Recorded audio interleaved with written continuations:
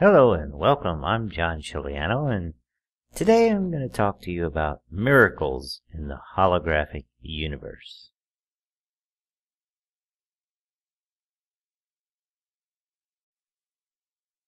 Every year in September and May, a huge crowd gathers at the Duomo San Gennaro, the principal cathedral of Naples, to witness a miracle. The miracle involves a small vial containing a brown, crusty substance alleged to be the blood of San Gennaro or Saint Gennarius, who was beheaded by the Roman Emperor Diocletian in AD 305. According to legend, after the saint was martyred, a serving woman collected some of his blood as a relic. No one knows precisely what happened after that, save that the blood didn't turn up again until the end of the 13th century, when it was placed in a silver reliquary in the cathedral. The miracle is that twice yearly, when the crowd shouts at the vial, the brown crusty substance changes into a bubbling, bright red liquid. There is little doubt that the liquid is real blood. In 1902, a group of scientists from the University of Naples made a spectroscopic analysis of the liquid by passing a beam of light through it, verifying that it was blood. Unfortunately, because a reliquary containing the blood is so old and fragile, the church will not allow it to be cracked open so that other tests can be done. And so the phenomenon has never been thoroughly studied.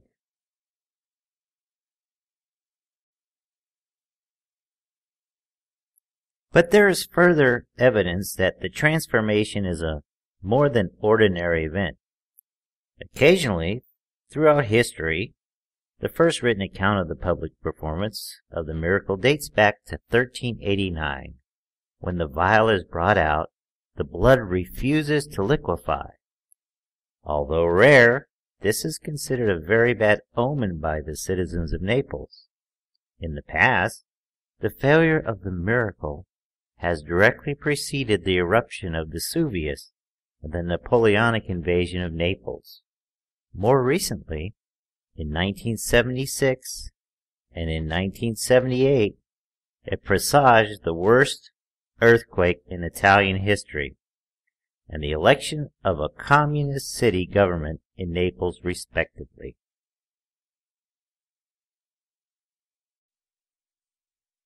Is the liquefaction of San Gennaro's blood a miracle? It appears to be, at least in the sense that it seems impossible to explain by known scientific laws. Is the liquefaction caused by San Gennaro himself? My own feeling is that its more likely cause is the intense devotion and belief of the people witnessing the miracle. I say this because nearly all of the miracles performed by saints and wonder workers of the world's greatest religions have also been duplicated by psychics. This suggests that, as with stigmata, miracles are produced by forces lying deep in the human mind, forces that are latent in all of us. Herbert Thurston, the priest who wrote The Physical Phenomenon of Mysticism, himself was aware of this similarity and was reluctant to attribute any miracle to a truly supernatural cause, as opposed to a psychic or paranormal cause. Another piece of evidence supportive of this idea is the many stigmatists, including Padre Pio and Teresa Newman, were also renowned for their psychic abilities. One psychic ability that appears to play a role in miracles is psychokinesis, or PK. Since the miracle of San Gennaro involves a physical alteration of matter, PK is certainly a likely suspect. Rogo believes PK is also responsible for some of the more dramatic aspects of stigmata, he feels that it is well within the normal biological capabilities of the body to cause small blood vessels under the skin to break and produce superficial bleeding. But only PK can account for the rapid appearance of large wounds. Whether that is true or not remains to be seen, but PK is clearly a factor in some of the phenomena that accompany stigmata.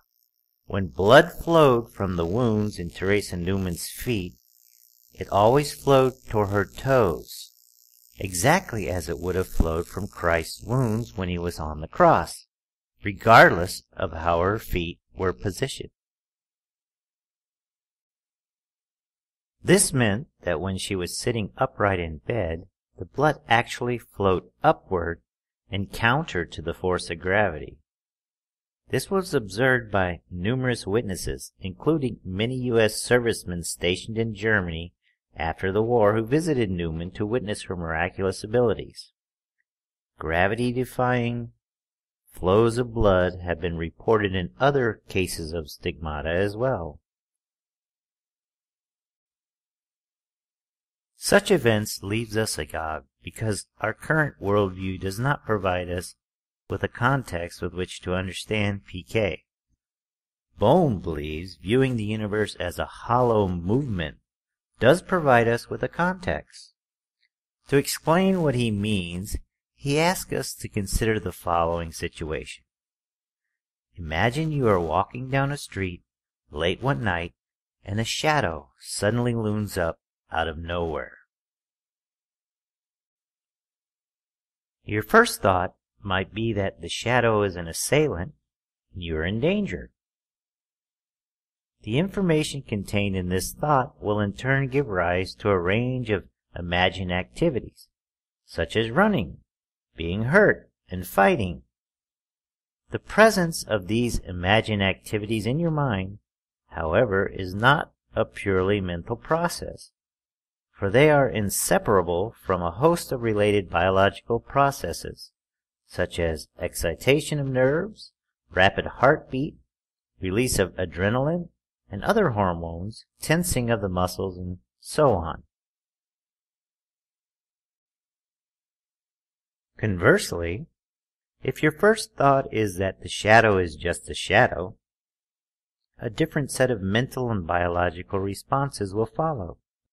Moreover, a little reflection will reveal that we react both mentally and biologically to everything we experience.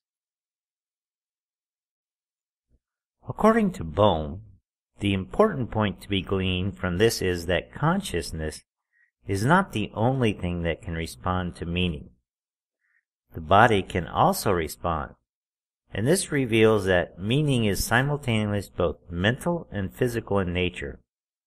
This is odd, for we normally think of meaning as something that can only have an active effect on subjective reality, on the thoughts inside our heads, not something that can engender a response in the physical world of things and objects.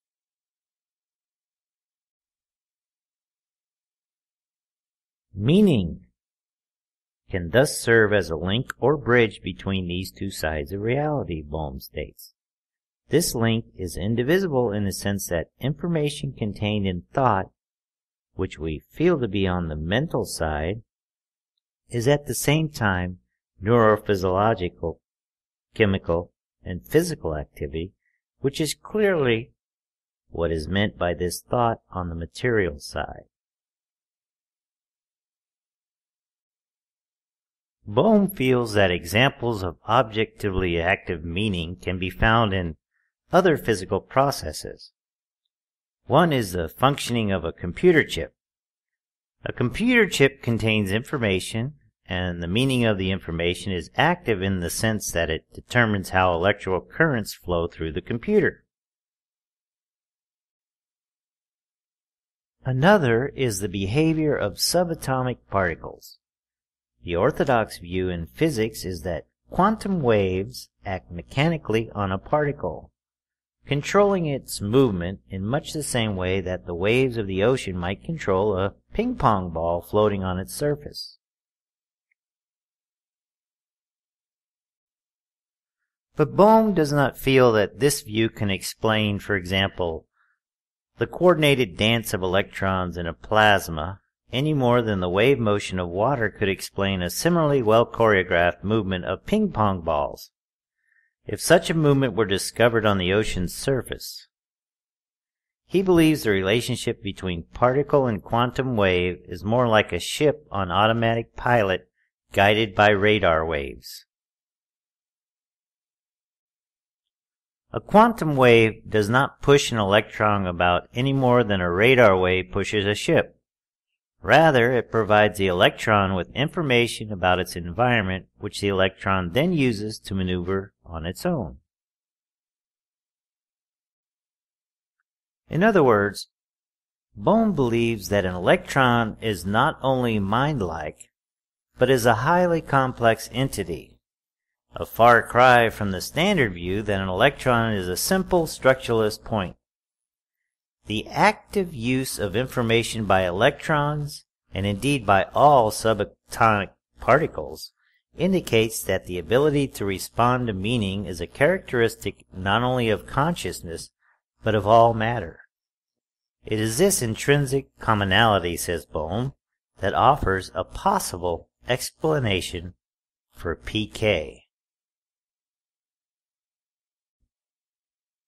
He states, on this basis, psychokinesis could arise if the mental processes of one or more people were focused on meanings that were in harmony with those guiding the basic processes of the material systems in which this psychokinesis was to be brought about.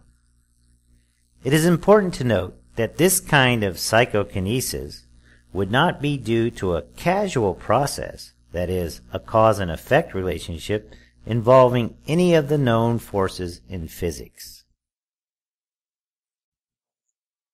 Instead, it would be the result of a kind of non-local resonance of meanings, or a kind of non-local interaction similar to, but not the same as, the non-local interconnection that allows a pair of twin photons to manifest the same angle of polarization which we saw.